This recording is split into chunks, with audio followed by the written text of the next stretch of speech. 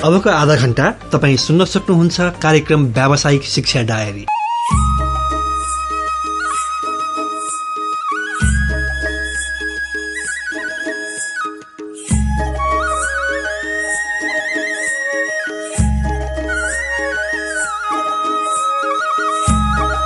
नमस्कार, कार्यक्रम व्यावसायिक शिक्षा डायरीको तेस्रो अंकमा तपाईलाई स्वागत छ। आज 2077 साल जेठ महिनाको 27 गते असार कृष्ण चतुर्थी। व्यावसायिक शिक्षा के हो र यसले कुनै पनि व्यक्तिलाई जीविकोपार्जन गर्न कसरी सहयोग गर्छ भन्ने बारे हामी तपाईलाई प्रश्न पार्ने प्रयास गर्छौं। हरेक मंगलबार र बुधबार रेडियो कान्तिपुरमा बिहान 7:30 बजेदेखि करिब 8 बजेसम्म तपाईले हामीलाई सुन्न सक्नुहुन्छ। यस अघिका कार्यक्रममा हामीले व्यवसाय के हो र यसले जीवनस्तर उकास्न कसरी सहयोग गर्छ भनेर चर्चा गरेका थियौं। वास्तवमा तपाई आफूमा भएको क्षमता प्रयोग गरी उपभोक्तालाई फाइदा पुर्याई पैसा आर्जन गर्ने कलालाई नै व्यवसाय भनिन्छ र व्यावसायिक शिक्षा भनेको जीविकोपार्जन तथा आवश्यक ज्ञान, विज्ञान र मनोविज्ञानको विकास गर्ने विधि हो। हामी तपाईलाई यो कार्यक्रमबाट त्यही सिप र क्षमताको विकासका लागि प्रेरणा दिने प्रयास गर्दछौं।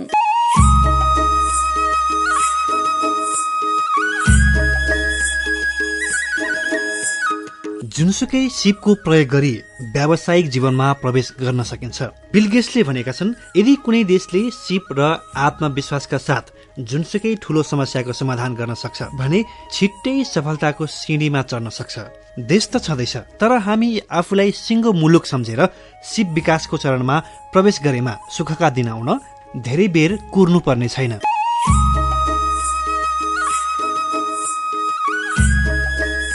सुख र खुशी सहितको जिन्दगी बिताउने रहर कसको नहोला। त्यसकै खोजीमा मानिसले जीवन लगाएको हुन्छ, परिश्रम गरेको पनि हुन्छ। तर कस्तो प्रकारको परिश्रम गर्ने भन्ने तपाईँ आफूमा भर पर्छ।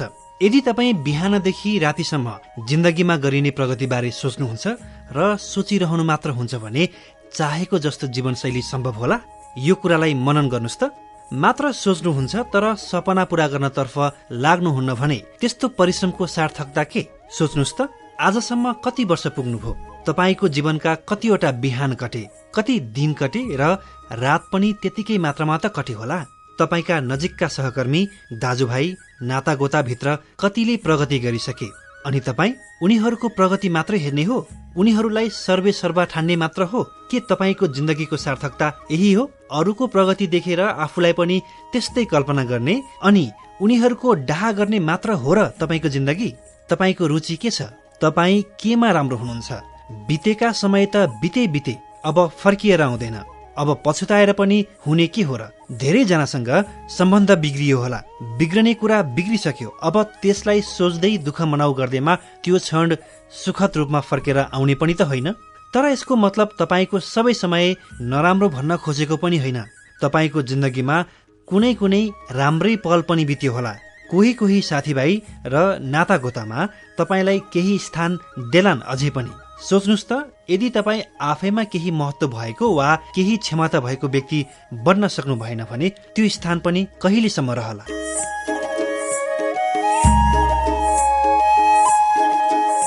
अब एकैछिन अर्को प्रकारको परिश्रमको कुरा गरौं। त्यसमा पहिलो प्राथमिकता त सोचको परिहाल्छ नै, अनि त्यसलाई तुरुन्त व्यवहारमा उतार्नेहरू पनि यही समाजमा छन्। तपाईकै वरिपरि पनि हुन सक्छन्, तपाईकै साथीहरू पनि पर्न सक्छन्। उनीहरूको दैनिकी याद गर्नुहोस् त। बिहानको समयमा व्यायाम, दिउँसो काममा, साँझ साथी सङ्गीसँग रवाफिलो भेटघाट, बेला बेला परिवार साथीभाइसँग भेटघाट, घर परिवारको आवश्यकता छिनमै पूरा गर्न सक्ने, अधिकांशको प्यारो, सबैतिरबाट हाई हाई, वाह यस्तो पो जिन्दगी भनेर सोचेर मात्र बस्ने तपाईँ, अनि त्यस्तो जिन्दगी बनाउन दिन रात खटिने तपाईको साथी।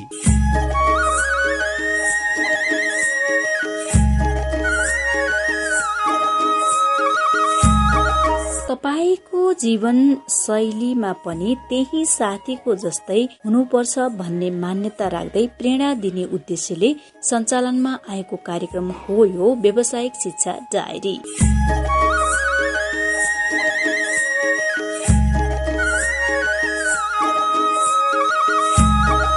आफूले चाहेको जस्तो सिपलाई निरन्तरता दिएमा त्यसबाट चाहेको जस्तो जिन्दगी बिताउन सक्ने कुरामा दुई मत छैन। हामीले भन्यौं नि, आफूले चाहेको सिप। उदाहरणका लागि तपाईलाई पकाउन रमाइलो लाग्छ भने त्यही पेसा रोज्नुस्। बालबच्चा स्याहार्न रमाइलो लाग्छ भने शिशु स्याहार केन्द्रमा काम गर्नुस्। काम पनि, दाम पनि, मनको शान्ति पनि। कृषि गर्न मन लाग्छ, गाडी चलाउन मन लाग्छ वा काठको काम गर्न मन लाग्छ, के गर्न मन लाग्छ त्यही गर्नुस्। मन लागेको काममा दाम पनि पाएपछि तपाईको सपना विपनामा परिणत हुन के बेर, होइन त? तपाई युवा हुनुहुन्छ भने प्रारम्भिक सिप सिक्न सक्नुहुन्छ। यदि तपाई प्रौढ हुनुहुन्छ र कुनै पेसामा सक्रिय हुनुहुन्छ तर त्यहाँ तपाईमा सिपको कमी छ भने पनि तपाई सिप सिक्न सक्नुहुन्छ। त्यही हो निरन्तर शिक्षा। त्यसका लागि तालिम दिने संस्था पनि खुलेकै छन्। प्राविधिक शिक्षा तथा व्यावसायिक तालिम परिषद सिटिभिटी अन्तर्गत विभिन्न तालिम सञ्चालनमा छन्। 3 महिनेदेखि 18 महिने तालिम छन्। कामदारका लागि समेत तालिम छन्। आफूले चाहे जस्तो सिप सिकेर सफल जीवन बिताई केही प्रेरणा दिन सक्ने व्यक्तिका भनाई हामी यस कार्यक्रममा समेट्ने गर्दछौं।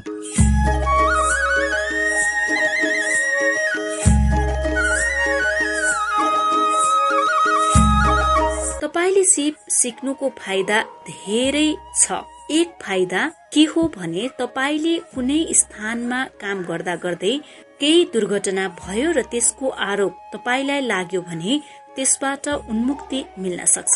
जस्तै तपाई सो काममा निपुण भएको प्रमाणपत्र पेश गर्दा आफू क्षमतावान भएको प्रमाण मिल्छ। तपाईसँग सिप परीक्षणको प्रमाणपत्र भयो भने तपाईले त्यो दुर्घटना तपाईको कारणबाट नभएको प्रमाण पेश गर्न सक्नुहुन्छ। त्यसैले तपाईले सिप परीक्षण प्रमाणपत्र लिनुपर्छ। सिप प्रमाणपत्रका बारेमा भोलिको कार्यक्रममा विस्तृत सामग्री समावेश गर्नेछौं। सुन्ने प्रयास गर्नुहोला। सिप प्रमाणपत्र तपाईको कानूनी सुरक्षाका लागि काम लाग्छ। यो प्रमाणपत्र शैक्षिक स्तरका लागि पनि काम लाग्छ।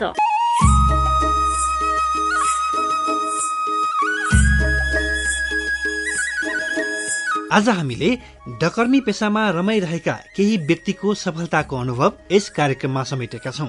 नेपाली शब्दकोश अनुसार घर बनाउने काममा ढुङ्गा, इँट, माटो आदिको काम पूरा गर्ने कारिगरलाई डकर्मी भनिन्छ। प्राविधिक शिक्षा तथा व्यावसायिक तालिम परिषद सिटिभिटीले सामान्य लेखपढ गर्न जानेका युवा लक्षित डकर्मी तालिमको कार्यक्रम सञ्चालन गरिरहेको छ। युवा जनशक्तिलाई सिप प्रदान गरी स्वदेशमै सञ्चालन भइरहेका व्यवसायहरूमा उनीहरूलाई परिचालन गर्ने उद्देश्यले डकर्मी तालिमको सुरुवात गरिएको हो। भूकम्पपछिको पुनर्निर्माण तथा साधारण निर्माणका क्षेत्रमा डकर्मी तालिम लिएका व्यक्तिलाई रोजगारका लागि विशेष अवसर रहँदै आएको छ। आजको कार्यक्रममा हामीले डकर्मी पेसामा रही सफल पेसा सञ्चालन तथा जीवनयापन व्यतीत गरिरहेका केही व्यक्तिका अनुभव समेटेका छौं।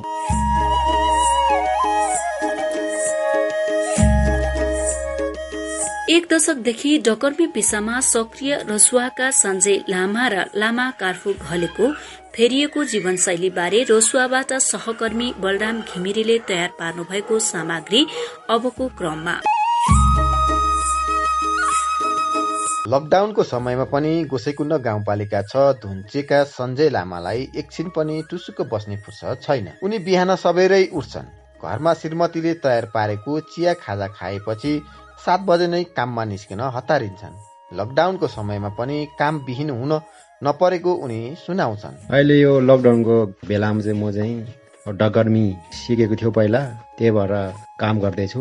उपभोक्ताको कामहरू, बाटो बनाउने, नाली बनाउने हरेक कामहरू भइरहेछ।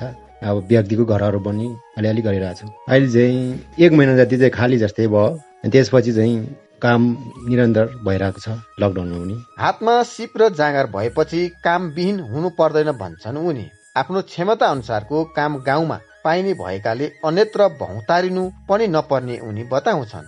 नियमित काम भएको खण्डमा मासिक 35,000 सम्म आम्दानी हुन्छ उनको। अब गाउँ विकासको लागि भनेर पनि खोन्द पनि आउँछ। त्यही भएर नि हामी गाउँ विकासको लागि पनि हामी खटिरहेको छु। काम पनि पाइरहेको छु। अब आम्दानी नि भइरहेको छु। अब काम रेगुलर भयो भने चाहिँ महिनाको त्यही 30-35,000 चाहिँ हुन्छ हाम्रो चाहिँ। अहिलेसम्म चाहिँ खाली चाहिँ छैन। काम यसो हल्का फुल्का भइरहेछ। निरन्तर चाहिँ अब 1 महिना जति भएन यो लकडाउनमा, बाहिर निस्कन पाएन। त्यसपछि चाहिँ भइरहेछ काम चाहिँ। 29 वर्षीय लामाको शैक्षिक योग्यता एसएलसी हो। एसएलसी पश्चात वैदेशिक रोजगारमा समेत लागे उनी। तर उता मन नबसेपछि उपयुक्त कामको खोजीमा स्वदेश फर्किएको उनको मन डकर्मीमा अडियो। जीवनको 1 दशक बढी समय उनले यो पेसामा बिताइसकेका छन्। अहिले उनी उपभोक्ता समितिका कामहरू गरिरहेका छन्। बाटो बनाउने, निजी व्यक्तिका घर लगायतका काममा उनको दैनिकी बित्ने गरेको छ। उनको समूहमा हाल 7 जनाको समूह छ। बचत नै हुन्छ अलिअलि पुगेर पनि यसो महिनाको 7-8 हजार जस्तो बचत नै भइरहेछ। अब म के भन्छु भने विदेश जानेहरूलाई हातमै सिप भयो भने विदेश जानु परेन। आफ्नै गाउँघरमै डकर्मी काम गरेर पनि, लेबर काम गरेर पनि आफ्नै गाउँमा 2 छाक भए पनि खाएर बसेर कमाउनु पर्छ। बाहिर अर्काको देशमा गएर कमाउने भन्दा आफ्नै देशमा दुःख गर्ने, त्यही भन्न चाहन्छु म। काट्नु नि गर्नुहुन्छ, ढुङ्गा नि गर्छु सबै। मेरो सिप चाहिँ अब काठको काम सबै दराज बनाउने, हरेक टेबल कुर्सी बनाउने, सबै काठको घर पनि बनाउँछु। अनि ढुङ्गाको इटा ढुङ्गा सबै काम गर्छु। ढुङ्गा माटोको बेच्दै भन्नु पर्ला। अब अहिले त बेच्दै छु 12 घण्टा त। सिपको प्रयोग गरी स्वदेशमै रमाउन थालेकाले होला उनी युवा पुस्तालाई विदेश नजान सल्लाह दिन्छन्। भन्छन् आफ्नै देशमा जति भने पनि काम पाइन्छ। मैले डकर्मी काम गरेको त्यही 10-12 वर्ष भयो होला। 12 घण्टा हो काम गर्ने। अब बिहान 7-11 बजी खाना खान जाने। ठिकै केहीको दुःख हुनु। अब आफ्नै गाउँमा काम गरेर आफ्नै परिवारसँग बस्न पाएको छ, दुःख त छैन भन्नुपर्दा। अहिलेसम्म त सन्तुष्टै छु। आम्दानी नि भइरहेछ, आफ्नो परिवार नि पालिरहेछ, बालबच्चालाई नि पढाइरहेछ। सञ्जय त उमेरले पनि युवा छन्, तर 54औं वर्ष वसन्त बिताइरहेका गोसैकुण्ड गाउँपालिका 6 धुन्चेका लामा कार्पु घलेमा काम गर्ने जोस अझै हराएको छैन। उनी अहिले पनि युवाले भन्दा धेरै काम गर्न सक्छन्। मेहनतीका साथमा उनी मिलनसार समेत छन्। उनको काम गर्ने जोस देखेर सँगै काम गर्ने युवाहरू पनि चकित खान्छन्। हातमा सिप र जाँगर भएकाले लकडाउनको समयमा पनि काम विहीन हुन नपरेको उनी सुनाउँछन्। उनी भन्छन् कामको कहिल्यै खाँचो भएन। घलेसँग डकर्मी सम्बन्धित सबै प्रकारका काम गर्ने सिप छ। घर बनाउने, काठको काम गर्ने, घरमा रङरोगन गर्ने लगायत सबै काम गर्दछन्। कामको लागि बिहान 7 बजे नै घरबाट निस्किने उनी बताउँछन्। हामी गाउँघरमा चाहिँ बाहिरमा चाहिँ नभएको कारणले, हामी स्थानीय मात्र भएको कारणले गर्दा हामी अहिलेसम्म चाहिँ अब गाउँघरमा चाहिने अब डकर्मीकै काम गरिरहेछ। सिकर्मीमा तराजहरू बनाउने काम, कुर्सी टेबलहरू बनाउने काम गरिरहेको छ। सिप भन्ने कुरो चाहिँ बेलामै सिकाउनु पर्ने रहेछ। हामी अहिले विदेश पनि जानु पर्दैन। आफ्नै गाउँघरमा चाहिँ आफूले जाँगर लाएमा अब चाहिँ जाँगर हुनु पर्यो। र अब विदेशमा जति कष्ट गरेको छ, हामी यहाँ पनि नेपाल पनि आफ्नो गाउँघरमा पनि कष्ट गरे पनि अब पैसा यही नै छ, काम यही नै छ। हाम्रो आफ्नै ठाउँमै छ, गाउँघरमै छ। डकर्मी बोलाउने ठाउँमा हामी यो ढुङ्गाको काम गर्ने ठाउँमा हामी ढुङ्गाकै काम गरिरहेछ। ढुङ्गाको काम नभएको बेलामा चाहिँ हामी काठ दराजहरूको चाहिँ कुर्सी टेबलहरू बनाएर लकडाउन भए पनि अब हामी गाउँघरमा चाहिँ अब कसैको घरमा हामी रङ लगाउने पनि काम गरिरहेछ।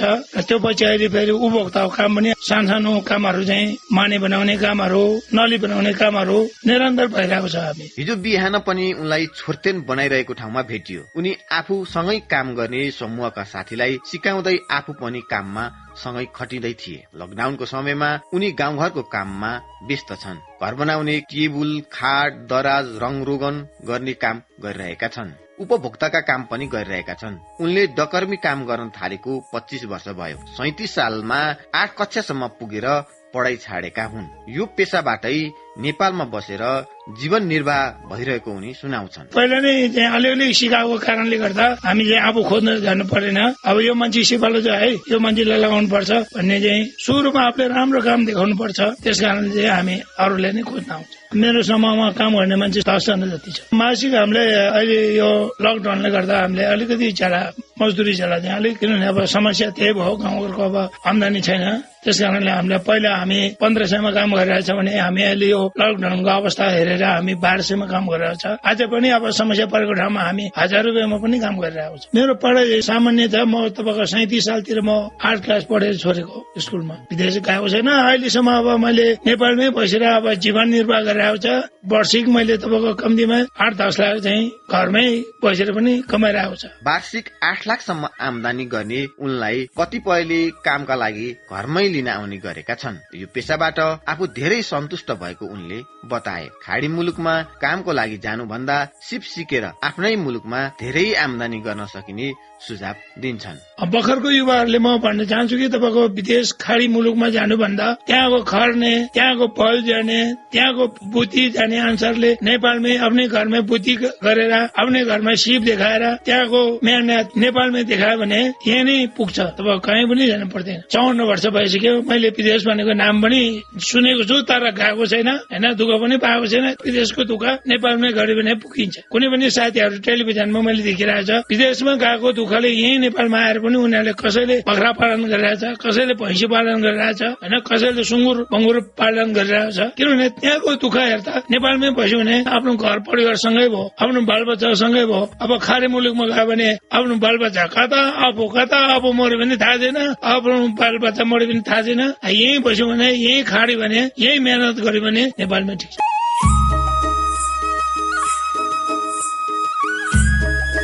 सञ्जय लामा र लामा कार्फु घलेको डकर्मी पेसाबाट फेरिएको जीवनशैली सुन्नुभयो तपाईले। व्यावसायिक शिक्षा के हो र यसले कुनै पनि व्यक्तिलाई जीवनस्तर उकास्न कसरी सहयोग गर्छ भन्ने बारे हामी तपाईलाई प्रश्न पार्ने प्रयास गर्छौं। आजको अंकमा हामीले डकर्मी पेसा विशेष सामग्री समावेश गरेका छौं। अब काठमाडौँको टोखामा मणिराज डंगोल जो यस पेसामा 3 दशकदेखि सक्रिय छन्। बितेका 3 दशकको अवधिमा उनले यो पेसालाई कसरी बुझ्छन् त आउनुहोस् सुनौ। म चाहिँ मणिराज डंगोल टोखा नगरपालिका वडा नम्बर 3 मा बस्छु। बुवाको नाम चाहिँ भिन्दयो डंगोल, आमाको नाम श्रीमाया डंगोल। म चाहिँ जेठो छोरा। मेरो जन्म 2032 साल भाद्र 9 गते।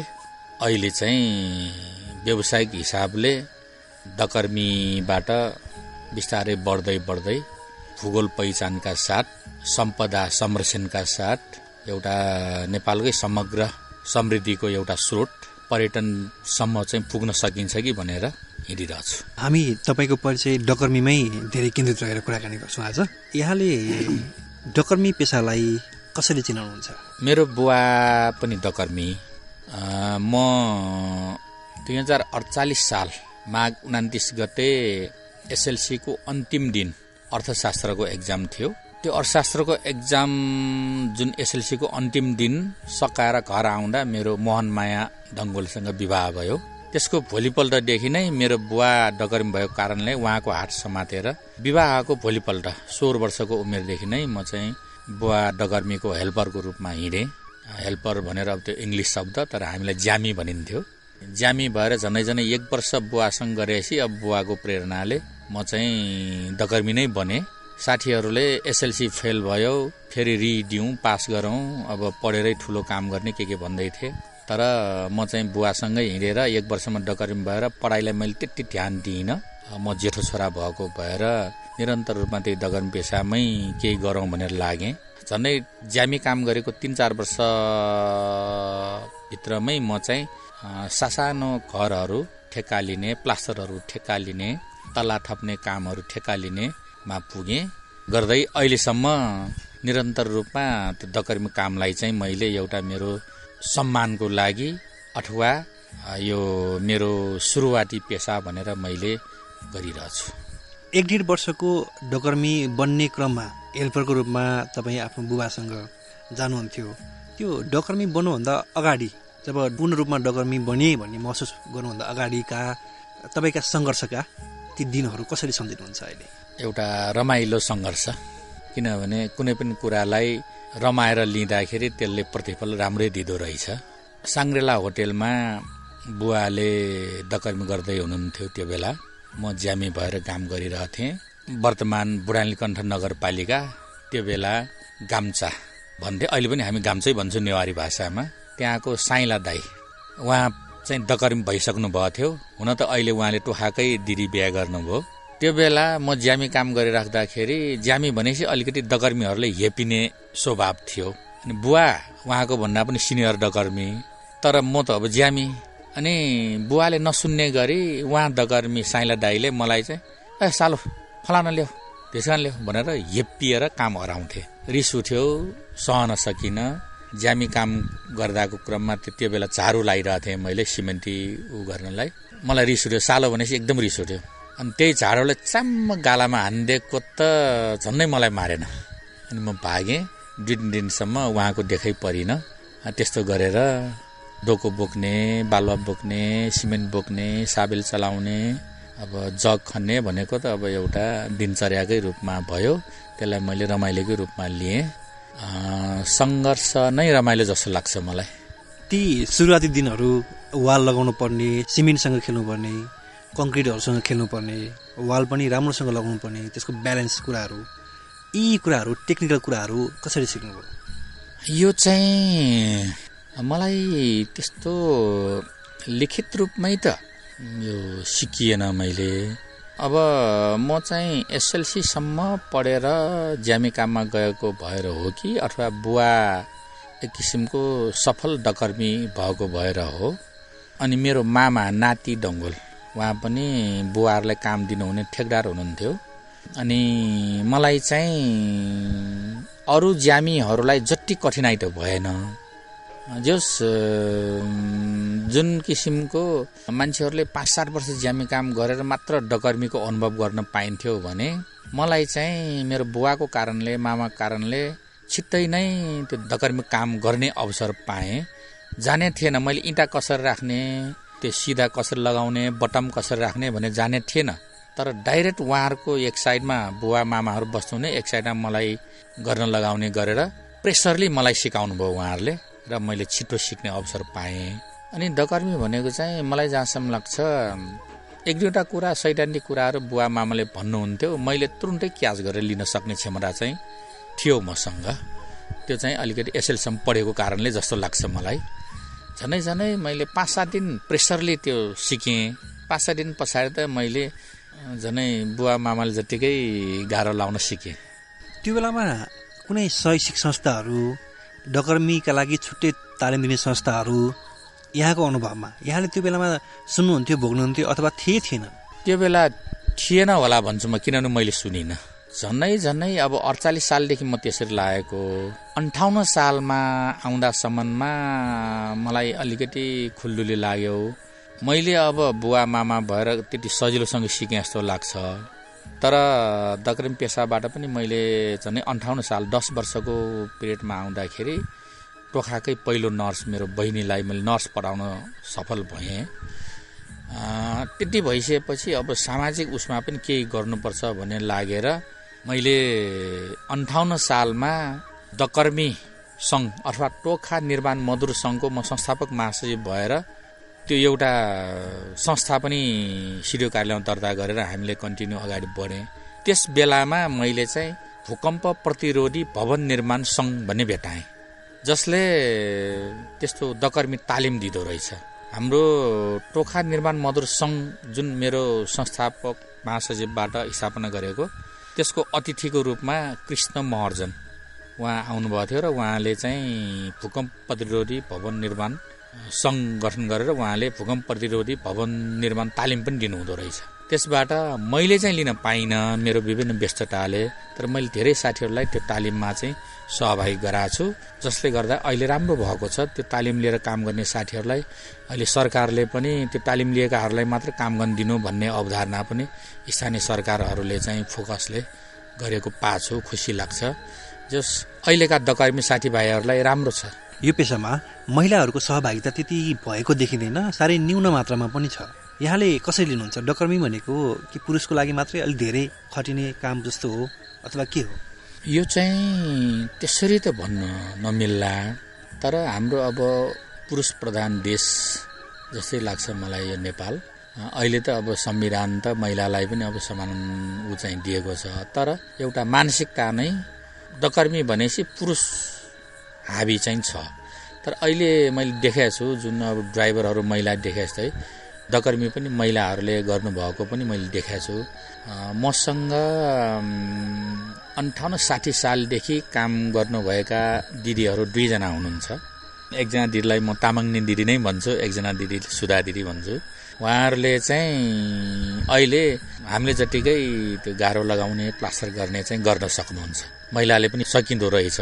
तर अलिकति सुरु फेजमा महिलाहरूको त्यति चाहिँ सहभागी थिएन। अहिले पनि खासै महिलाहरूको त्यति उपस्थित देखिँदैन।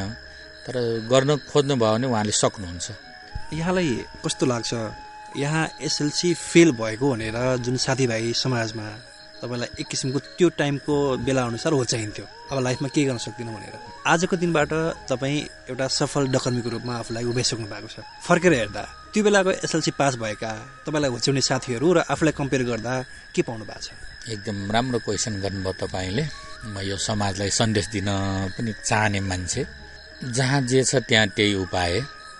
जस्तै म एसएलसी दिँदाको अवस्थामा हामी 32 जनाले एसएलसी दिएको, बहुमतले फेल भएको हामी 4 जना मात्र पास हुनुभएको थियो। 32 मा 4 भनेपछि 28 जना फेल भएको थियो हामी। त्यो फेल भएको मध्ये पनि कति साथीले पछाडि दिनु भएर पास गर्नुभयो। मैले चाहिँ फेरि एसएलसी पास गरेको छु है। 16 वर्ष पछाडि 64 सालमा पुनः एसएलसी दिएर एसएलसीसम्म चाहिँ पास गरेको छु। तर मलाई त्यो बेला हेपिएको भनेर त अब नभनौँ, साथीहरू हो गफ गर्दा मलाई डकर्मी ज्यामी काम पनि जाने यत्रो पढेर त भन्थे मलाई साथीहरूले। तर उहाँ साथीहरू पनि आफ्नो आफ्नो ठाउँमा सफलै हुनुभएको छ, 1-2 जना बाहेक। तर म चाहिँ उहाँहरूको भन्दा बढी सन्तुष्ट छु यो डकर्मी काम गरेर। किनभने मेरो त्यो बेलाको सँगै पढेका साथीहरू कति त अहिलेसम्म के काम गरौँ, के व्यवसाय गरौँ, के पेसा गरौँ भनेर छटपिरहेका साथीहरू पनि मैले भेटाएको छु। केही साथीहरू चाहिँ अब राम्रै आफ्नो व्यवसाय पनि सुरु गर्नुभएको छ, कोही विदेशतिर लागे। तर म चाहिँ उहाँहरूको सबैको हेरिकन मैले ज्यामी भएर डकर्मी भएर पनि त्यही बेलादेखि नै उहाँहरूको भन्दा एकदमै सन्तुष्ट, उहाँहरूको भन्दा खुसी जीवन बिताएको जस्तो लाग्छ। चुनौती केही देख्नुहुन्छ यो क्षेत्रमा यहाँले? समस्या चुनौतीहरू चाहिँ? त्यही समस्या त अब काममा कुनैमा पनि हुन्छ। अब एउटा चाहिँ अग्लो ठाउँमा पनि अब काम गर्नु पर्दाखेरि अब नेपालमा अब कुनै पनि कानुन प्रक्रियाहरूको चाहिँ त्यति व्यवस्थित नभएको कारणले गर्दाखेरि कति मान्छेहरू खटबाट झरेर मर्ने, खटबाट खसेर मर्ने त्यस्तोहरू त छन् नै। अब अहिले त अब बिमाको अलिकति राम्रो छ। अनि अर्को चाहिँ अब रेगुलरिटी नहुने समस्या चाहिँ यस्तै मात्र हो। तर अवसर बढी देख्छु म। कुनै पनि व्यवसाय गर्नलाई तत्कालको समयमा 2-5 लाख लगानी नगरिकन केही पनि व्यवसाय गर्न सकिन्न, दिनको 1500-2000 कमाउनलाई पनि।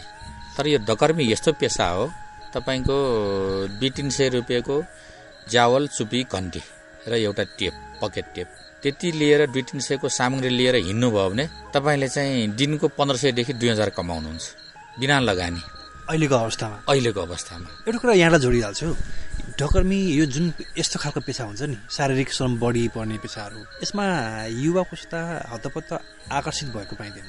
यो क्षेत्र अलिकति राम्रो कमाइ हुने क्षेत्र भए पनि पिछडिएको क्षेत्रको रूपमा देखिएको छ। भनेको तत्कालै आकर्षण नहुने पेसा। यहाँले ती वर्गलाई कसरी बुझाउनुहुन्छ आफू डकर्मीको रूपमा?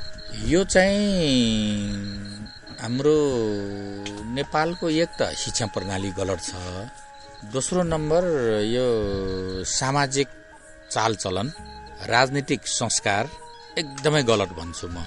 किनभने आफ्नो चाहिँ आँगनमा भएको पेसालाई हेपिने स्वभाव छ, टाढाको मेला नजिकको हेला। त्यसले गर्दाखेरि पनि यो डकर्मी पेसामा युवाहरू अलिक आकर्षित नभएको हो। जसले बुझ्छन् यो डकर्मी पेसालाई कसैले पनि छोड्दैन। मलाई जहाँसम्म लाग्छ सम्पूर्ण युवाहरूले यो अहिले हुन त अब नेपाल सरकारले सिटिभिटी मार्फत यस्तो तालिम पनि दिएको छ, भूकम्प प्रतिरोधी भवन निर्माण यताउति भनेर। अहिले चाहिँ केही युवाहरू आकर्षित हुन खोजे। अस्ति पुरातत्वले पनि यो चाहिँ झिङ्गटी लाउने, त्यस्तो डाँछी इँटा लाउने तालिमहरू पनि दिए सम्मानपूर्वक।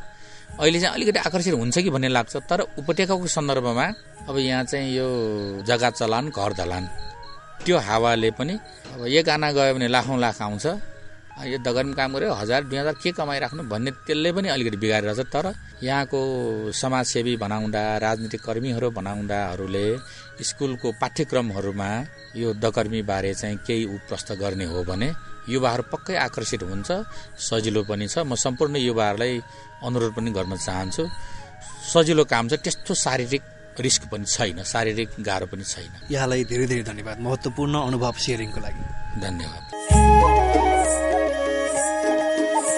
सिटिभिटी अन्तर्गतको युरोपियन युनियनको आर्थिक सहयोगमा सञ्चालित सक्षमता परियोजनाले तयार पारेको यो कार्यक्रमको निर्धारित समय सकिएको छ। भोलिको कार्यक्रममा डकर्मी पेसामा सम्भावनाका क्षेत्रहरू, तालिम दिने संस्थाहरू र तालिम पश्चात कसरी रोजगारमा लाग्न सकिन्छ भन्ने विषयमा सामग्री लिएर आउनेछौँ। आजलाई प्राविधिक साथी लक्ष्मी पोखरेलका साथमा कार्यक्रम निर्देशक तथा निर्माता रमेश दुलाल र म प्रस्तुता कमला पन्थी पनि बिदा हुन्छौं। नमस्कार, शुभ दिन।